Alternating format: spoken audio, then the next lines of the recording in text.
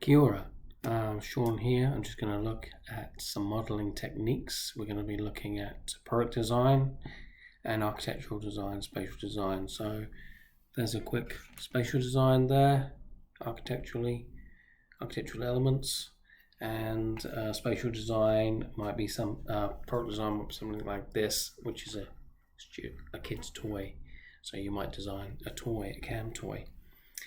So first of all, we'll look at some techniques of basic modeling. First of all, what you need is a board of some sort like this. So we've got here, we have a cutting mat. You could use a bit of cardboard or something like that, or some scrap wood. I've got a metal ruler. I've got some card, okay, from a magazine, just some scrap card. I've got a nice straight edge on there. Got this metal ruler to protect my fingers. If I was designing something, I might just need a strip of card or a couple of strips maybe. I would align this ruler with these two lines as they line up on this grid. Then I could get my scalpel. This is just a cheap one, but it is a Swan and Morton. Sheffield, England, they're made in. Always have a bit of cork or something to protect the blade, to protect yourself. And then you hold it like a pen, like so, minding your fingers. Press down hard on the metal ruler so it doesn't slip. Have this nice and stable table. And then you just don't press too hard. Just go a couple of times. And then a couple more, and you can feel it when it pings off, and you can actually see there the card is cut nice and clean. If it's not clean, then you need a new blade.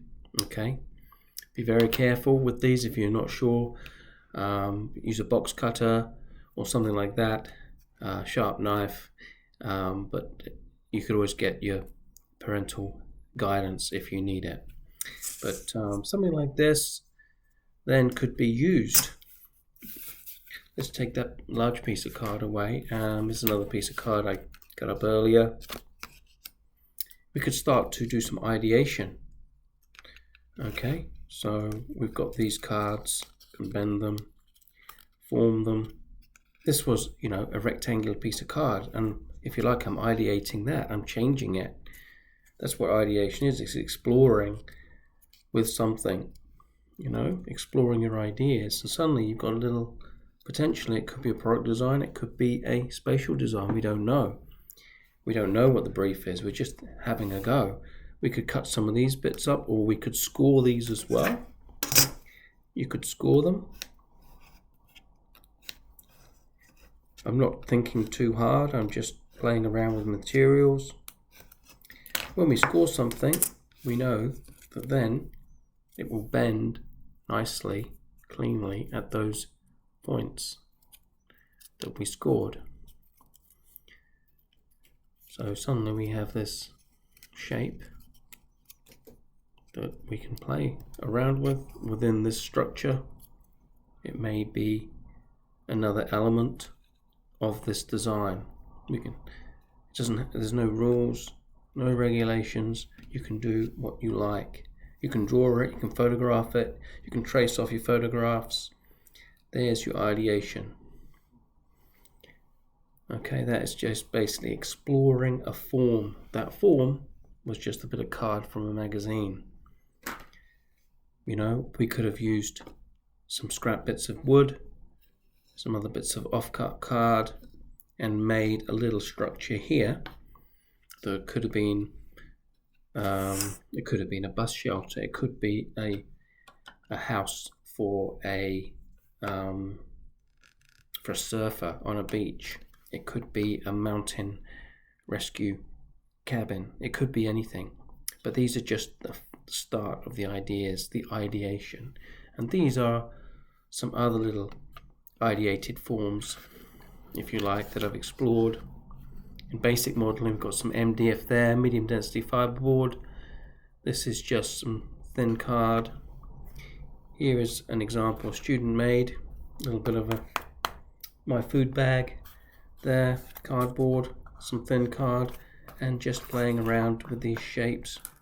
And you just draw it from different angles. That is part of the ideation, exploring the form. Cut into it, add to it.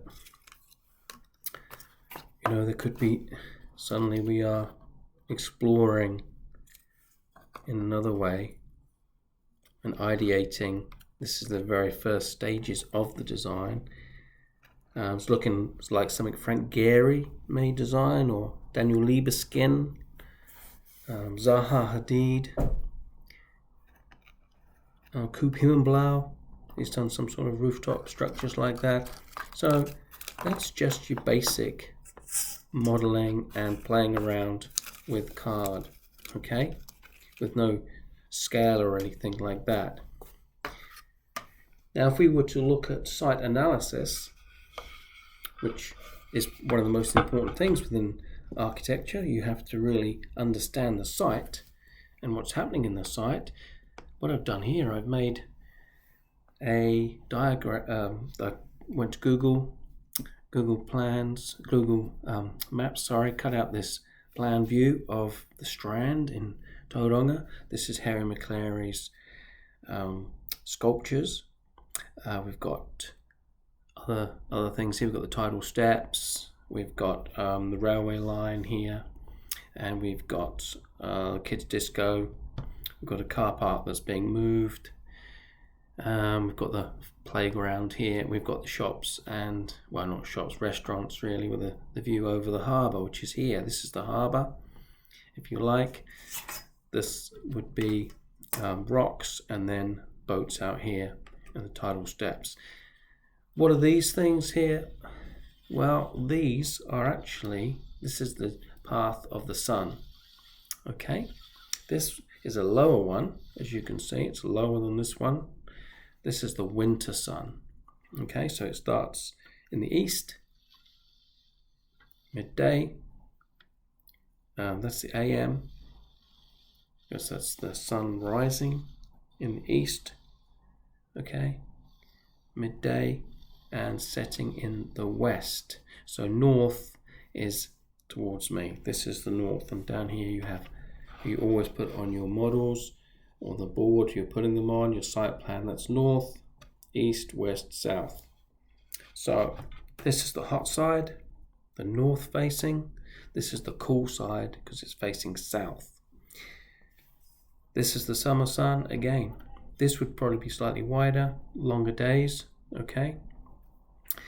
Rising in the east, coming up, setting in the west, like so. All right, so when you're designing your building, this is 1 to 200 scale, okay? This is a scale ruler. Okay, you've got your scales on there. There's a 1 to 100. We could use 1 to 100 and double it to get 1 to 200. The higher the number, say 1 to 100, is when you go higher, 1 to 200, the objects get smaller. So a car at 1 to 200 would be this sort of size here. There's a car there. So we know that car is roughly about 3.5 to 4 meters. At 1 to 100, it would be twice that big. Okay, so a car would be this sort of size at 1 to 100. At 1 to 200, it's that size. All right, and that's a little bit on scale. This distance between here to here is 26 meters. All right, in reality, that's 26 meters. When you look at this site, you would wanting to know the prevailing winds. That's where the winds come from mostly. Now the winds are coming from the southwest and west mostly. 25% west, 21% southwest in Tauranga. So south and west, south's that way, west's, if you like, that way. So southwest would be there, The winds are coming that direction and coming from the west as well. So that is your prevailing winds. Other than that, they actually come around to the north as well a little bit. So, but mostly your prevailing winds are there. So you put your building on here, whatever your building is. Could be, this one could have a series of buildings. That one might be next to the Harry McClary's. This one could be in the middle of the car park. Could be a cafe, restaurant. And you might go, okay, north facing, we want the sun, a lot of sun, but we want the views. So you might have a lot of glass here. For the east morning, you might position it so it's like this. So you're going to get the maximum sort of like views and sun, because the sun's coming from this direction, remember. There's your midday sun. Okay. So when you're designing anything, you'll be thinking about that. You'll also be thinking about not just the wind, the sun, but the noise. Okay, there's a railway track. What could we do here? Well, we could build some sort of a mound there, and then that would block a lot of the sound with trees all over it, and grasses, and natural sort of barrier to the building. You might think about having a tunnel under the railway bridge, under the railway line, to get access to your buildings over here. So that's the building at 1 to 100. We could look at a building at 1 to 100. Here is another model. This is a 1 to 100, and I've written it on there. Always write it on your models if you can. This is a little beach house. You've got a revolving door there. I've used some of this high quality card, which is you can get from a model shop, modeling card. It's nice and thick. It's quite hard to cut though, so with a metal ruler and a knife, you probably have to cut it carefully 5 times before it splits and cuts. You've got glazing in the roof here.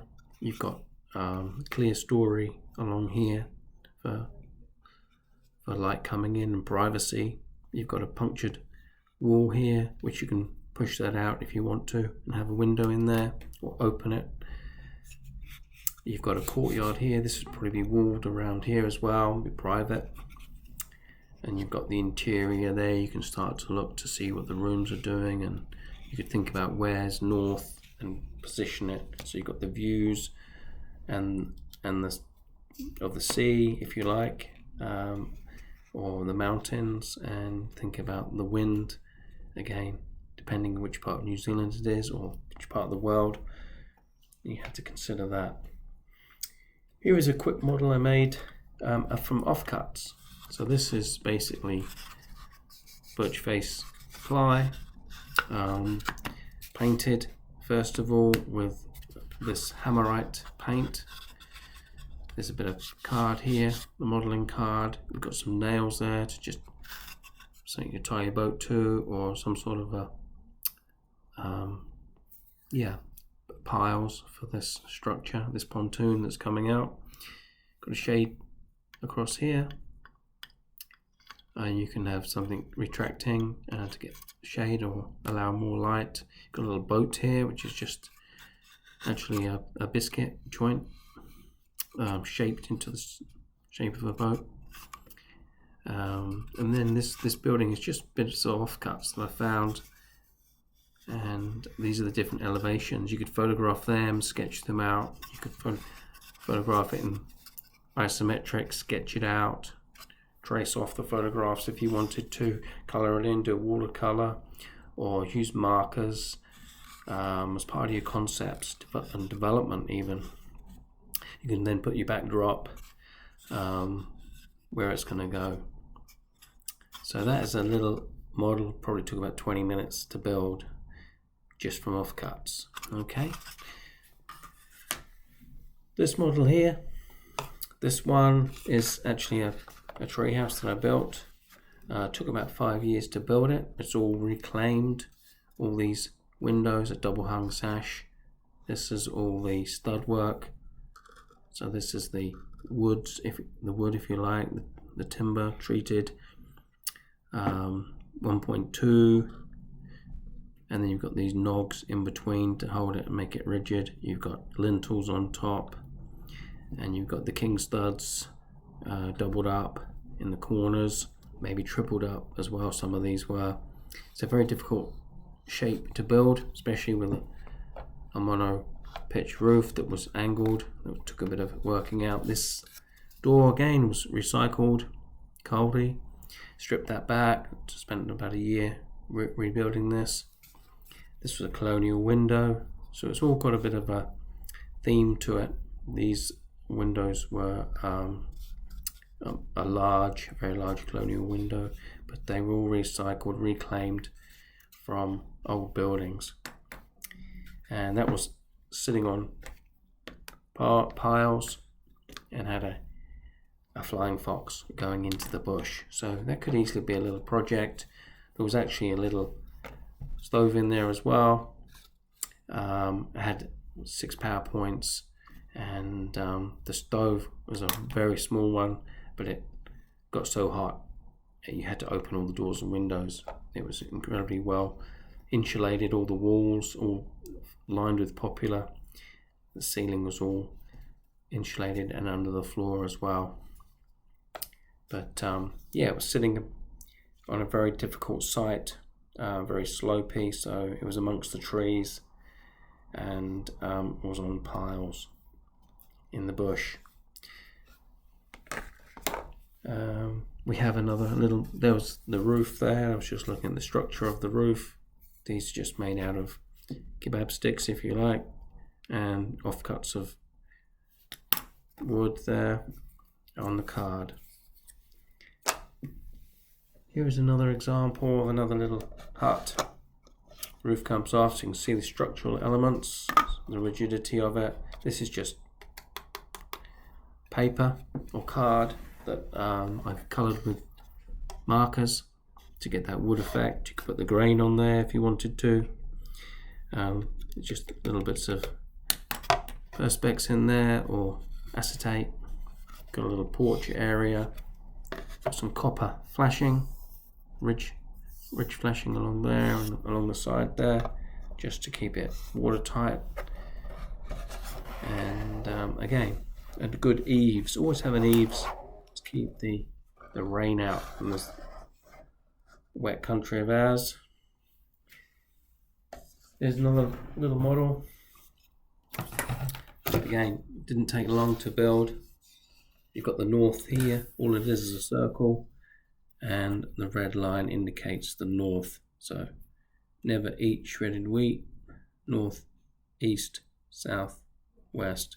So the sun's going to come up east, travel around like so to the west. This is the cold side. This would be the warm side, and your views would probably be out there, wherever this was going to be built. But again, didn't take long. Product design. Here's a product. This could be a kid's toy. So this is known as a cam toy. It's made of pine. You basically turn the handle. So you've got rotation here with an eccentric cam there. It goes up and down. So this is known as reciprocating motion. And this is rotation in this plane to rotation in this plane. And that gives you that movement there. We've got the tongue coming up and down. There's some sort of linkage in there. It's probably a bit hard to see.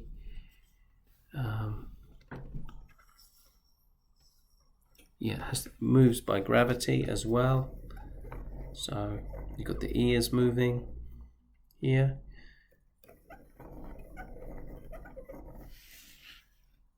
And the tail spinning. So this could be a project, designing a toy. Now this, lots of people like this. Doesn't have to be a kid's toy. It could be a kit. You're designing a kit. You're making all the parts, and you just assemble it. as a present for someone or a gift. So that's one type of cam toy, the dog. Here's another one. This is a different type of toy. This is more of a linkage setup. What do you think this is made of? It's all recycled, didn't cost anything. This is found in the freezer. It's an ice cream container. These are strips of it that I've bent to make look like waves. The bottom of the boat is actually a rubber, and this is sandpaper. So let's just see how this works.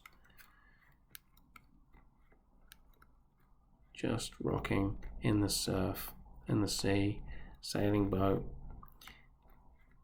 And this paper clip has got a little bit of plastic tubing just so it rotates, bent off at the end.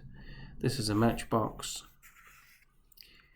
The paper clip comes through there and it's got this bend in it that you can see. Takes a bit of fiddling around to get it to work, but this could be a product design. You could put a cultural element in there. You could have all sorts of things going on. You could add to it. You could have another boat. Maybe it might make a sound. There might be some sort of meaning behind it. It could be a Maori proverb to go with it. You might end up putting some sort of waka in there, paddling in unison, everyone getting to paddling. And you can just research these kind of things, find out some ideas and push the boundaries, try and do something new. But that's a series of modelling things that I've made over the years. I have got a few more which I can show another time, but it's an enjoyable thing. It takes a lot of time to get these cuts nice and clean, and using it. This is all used with a drawing board. I use the drawing board to draw all these,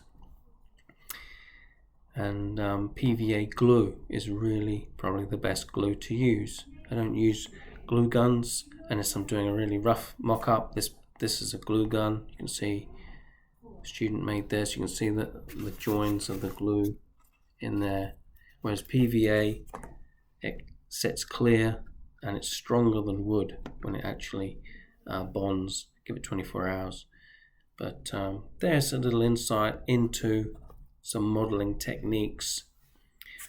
Health and safety is the most important thing. Be careful when you are modeling, when you are cutting anything. Always use a metal ruler. Look after the equipment. Always make it safe. If you have access to a workshop at school, you might be using a bandsaw. You might be using a sander. You might just use sandpaper, but that's up to you. Do your best and have fun, because this will lead and give evidence for the development and the concepts and the ideation, depending. But you can do a series of models. They don't have to take forever. They don't have to be perfect. You can also transport these onto CAD software as well. You can copy them into SketchUp or Revit, whatever you're using. This little person here is made 3D with a 3D printer to the right scale. That's 1 to 50, that scale. So that person is 50 times smaller. That's the average size, probably about 1.8 meters high. And I just use a bit of blue tack to hold them in place. But all the best with that, and good luck.